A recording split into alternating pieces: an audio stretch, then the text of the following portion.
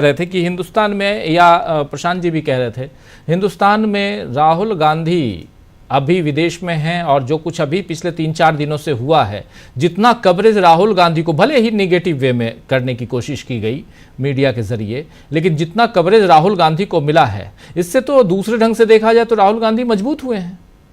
राहुल गांधी अगर इस वक्त मजबूत हो रहे हैं तो चुनावों पर तो बहुत ज्यादा असर पड़ेगा आने वाले समय में। कैसे देखते हैं इसको?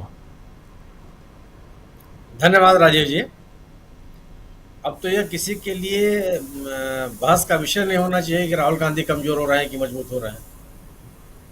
इस साल के लोकसभा के चुनाव के परिणामों ने साबित कर दिया कि देश के ने राहुल गांधी के नेतृत्व में विश्वास व्यक्त किया।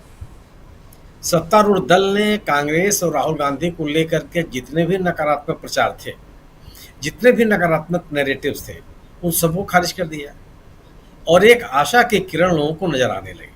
उन लोगों को जिनको लगता है कि संविधान खतरे में, उन लोगों को जिनको लगता है कि देश में लोकतांत्रिक संस्थाएं बचेंगी कि नहीं बचेंगी जी, उन लोगों को जिनको लगता है कि इस देश में राजनीतिक गतिविधियां संचालित करने के अवसर बचेंगे या नहीं बचेंगे, ऐसे तमाम लोगों को लगता है कि राहुल गांधी से उम्मीद की जा सकती है। तो राहुल गांधी की ताकत को लेकर के तब किसी में संदेह नहीं होना चाहिए।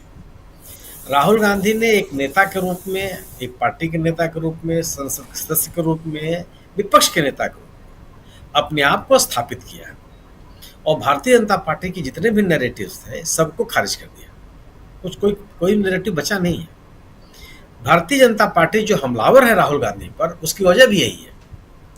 राहुल गांधी की बढ़ती हुई जन विश्वसनीयता, राहुल गांधी की बढ़ती हुई लोकप्रियता, लोगों में बढ़ती हुई इनकी जन स्वीकृति, यह बीजेपी की समस्या है। और यह कोई ऐसा भी नहीं है कि बीजेपी पहली बार दिखा रही है। जब से यह पार्टी सत्ता में आई है, भारतीय जनता पार्टी 2014, उस समय से भी भारतीय जनता पार्टी के निशाने पर है राहुल गांधी और कांग्रेस के लोग, क्योंकि उनको यह अंदाजा है कम से कम कि राहुल गांधी की लोकप्रियता भारतीय जनता पार्टी के लिए खतरे की घंटी है जी। राहुल गांधी एक ऐसा नेता है जिनकी देशव्यापी अपील है, पैन इंडिया जो कहते हैं, यहाँ प्रेजेंस है, वहाँ दिखाई पड़ते हैं, सुने जाते हैं और लोगों के बीच में उनकी पैठ है। यह सत्तारूढ़ दल इसी को रोकना चाहता था कि अगर राहुल गांधी विश्वसनीय नहीं रहेंगे, एक गैर जिम्मेदार या अगंभीर नेता के रूप में अगर स्थापित रहेंगे लोगों के बीच में, तो उनकी विश्वसनीयता नहीं बन पाएगी। ये सभी कोशिशें जो सत्तारूढ़ दल की थी वो सब के सब निष्प्रभावी साबित हो। आज आपने कहा कि राहुल गांधी के इस दौरे से कांग्रेस को क्या फायदा हो। सवाल है कि कांग्रेस किसकी बात करती है, या कांग्रेस के नेतृत्व में इंडिया दल समूह क्या बात करता है जी, कि आप लोकतांत्रिक मूल्यों और परंपराओं को स्थान दीजिए, जनता की आवाज को सुनिए, जनता के द्वारा उठाए गए सवालों का जवाब दीजिए। जनता अगर आपसे सवाल करना चाहती है तो खड़े होकर के आप उनके सवालों को सुनिए और उस पर चिंतन मनन कीजिए। ये Rahul Gandhi national press club में कोई एप्लीकेशन तो दिया नहीं है कि आप उनको हमारे प्रेस कॉन्फ्रेंस कर लीजिए। आप वहां के प्रेस के लोगों ने उनको बुलाया है, कांग्रेस के लोगों ने वहां लिख के नहीं दिया है कि हमारे नेता प्रेस कॉन्फ्रेंस करना चाहते हैं और आप मुझको टाइम दीजिए। वहां के लोगों ने बुलाया।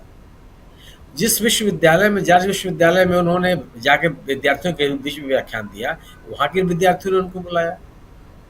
तो कांग्रेस को यह है कि कांग्रेस का फायदा यह है इस देश की राजनीति में कि यहाँ के जो सिविल सोसाइटी है उसके पीछे मजबूती के संदेश जा रहा है कि राहुल गांधी कहीं भी कभी भी किसी के सवालों का जवाब देने के लिए उपस्थित है, उनके साथ वो जुड़ना चाहते हैं जी। यह जो बढ़ता हुआ परसेप्शन है, यह बीजेपी के लिए चुनौती है, इसलिए कि बीजेपी का कोई भी नेता सुलभ नहीं है।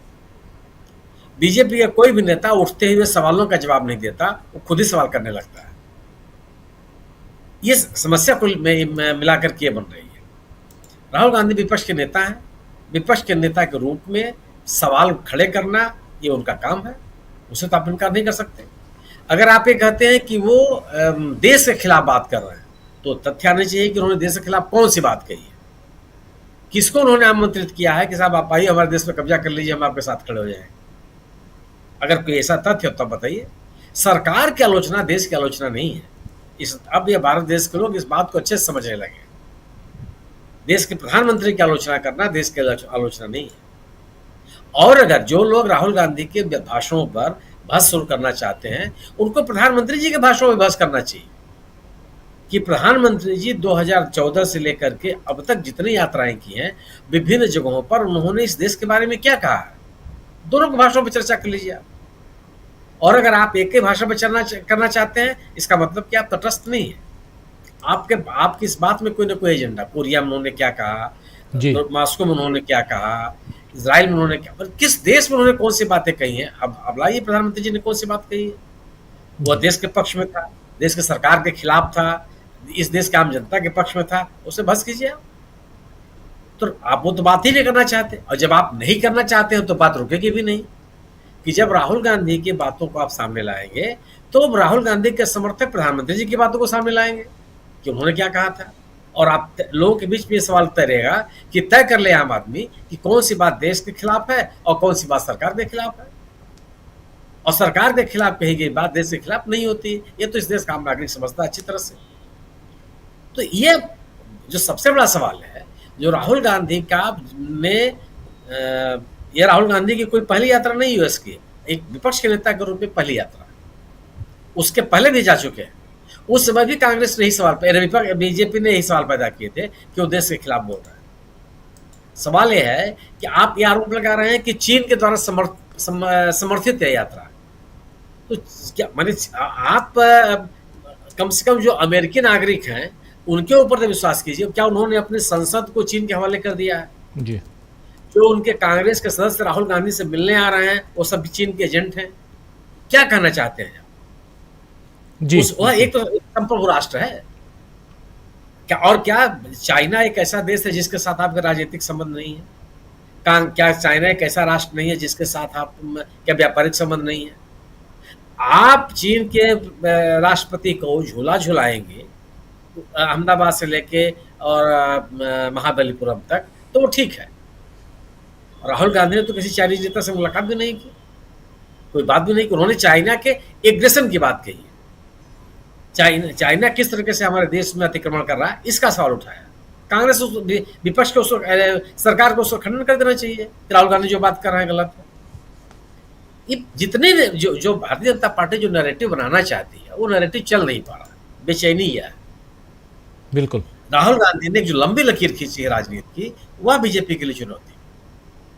और उस लंबी लकीर के सामने भारतीय जनता पार्टी कोई लकीर नहीं काम आ रही। चाहे भारतीय जनता पार्टी के प्रवक्ता कोई भी उनके बारे में बात कर रहा है। सवाल है, आप राहुल गांधी की यात्रा को खारिज कर सकते हैं, बशर्ते राहुल गांधी के द्वारा उठाए गए सवालों का आप बिंदुवार जवाब दे दें कि वो तथ्यपरक है या नहीं है। और अगर राहुल गांधी के द्वारा उठाए गए सवालों का जवाब आप नहीं दे पाते हैं, तो फिर आपको इसका राजनीतिक झटके महसूस करने पड़ेंगे, उसको उठाना पड़ेगा। जी बिल्कुल, बिल्कुल सही कह रहे हैं आप। राहुल गांधी झटके पे झटका बीजेपी को दे रहे हैं, और ये बात बीजेपी को शायद अभी तक समझ में नहीं आ रही है। अगर समझ में आती तो शायद राहुल गांधी पर इतना पलटवार करने की कोशिश नहीं करती भाजपा, भारतीय जनता पार्टी। लेकिन राजनीति है और यहाँ सब कुछ जायज है कहा जाता है। क्या इस चुनाव